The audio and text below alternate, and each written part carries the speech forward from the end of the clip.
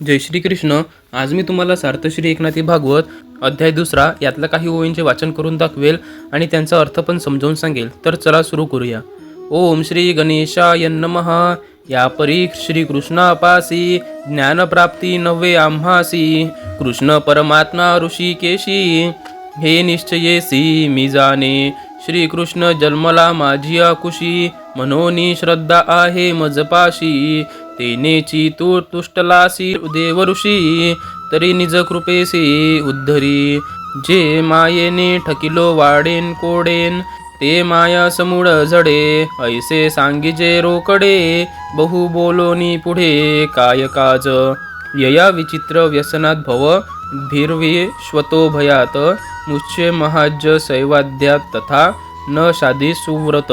हे नारदा, मला आता असा उपदेश द्या की मी या जन्म मरण रूप भयावह संसारापासून मुक्त होईन. अशा प्रकारे आम्हाला भागवत धर्माचा उपदेश करा. माया जले भवसागरू भरला असे अतिदुस्तरू.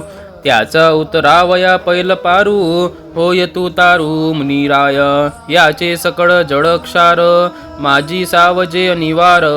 एक एके चराचर गिडले साचार निज शक्ती. लाटांवरी अचाट लाटा मोहाची अति दुर्घटा. आदळती अविवेक तटा धैर्याची कांठा पाडित. अहम कुवावू वाजतान थोरू अवघाची खवळे सागरू. मी माझे नि गजरे घोरू अति दुर्धरू गर्जत. नाना वासनांचा वडसा पाहे पान भवता हे कैसा.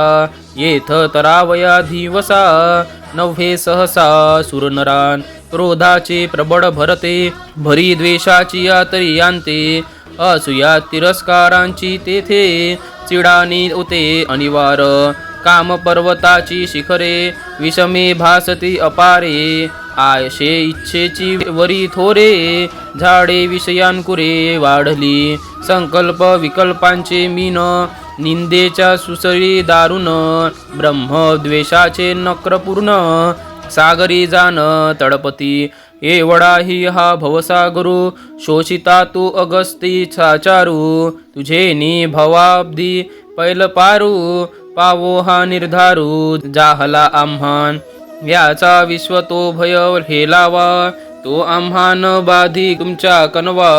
अप्रयासे नारद देवा मरणार नवा मजतारी. आता या ओवींचा अर्थ.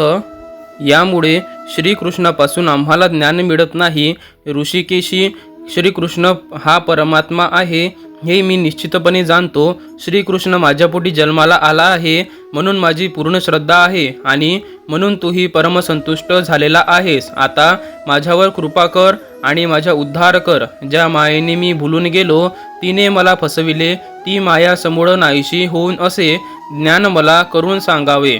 यापेक्षा मला अधिक काही बोलायचे नाही. मायारूपी जलाने हा संसार समुद्र कठोकाठ भरला आहे.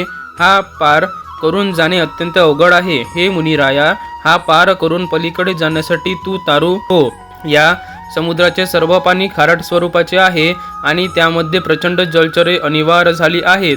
ती इतकी मातली आहेत की त्यातील एकेकाने आपल्या शक्तीने चराचराला गिळून टाकले आहेत. अति दुर्धर अशा मोहाच्या लाटा उसळत आहेत. अविवेकाच्या तटावर त्या आढळतात व धैर्याचा काठ पाडून टाकतात. अहंकार रूपी भयंकर वारा सुटला म्हणजे संपूर्ण समुद्र खळबळून जातो आणि मी आणि माझे अशी तो मोठ्याने गर्जना करू लागतो. त्यामध्ये अनेक प्रकारचे वासनांचे भोवरे गरगर फिरतात. त्यामुळे या सागरातून पलीकडे जाण्याचे धैर्य सुरनरांना सहसा होऊ शकत नाही. त्याला क्रोधाचे भयंकर भरते येते. त्यामुळे द्वेषाचे खाच खळगे भरून जातात.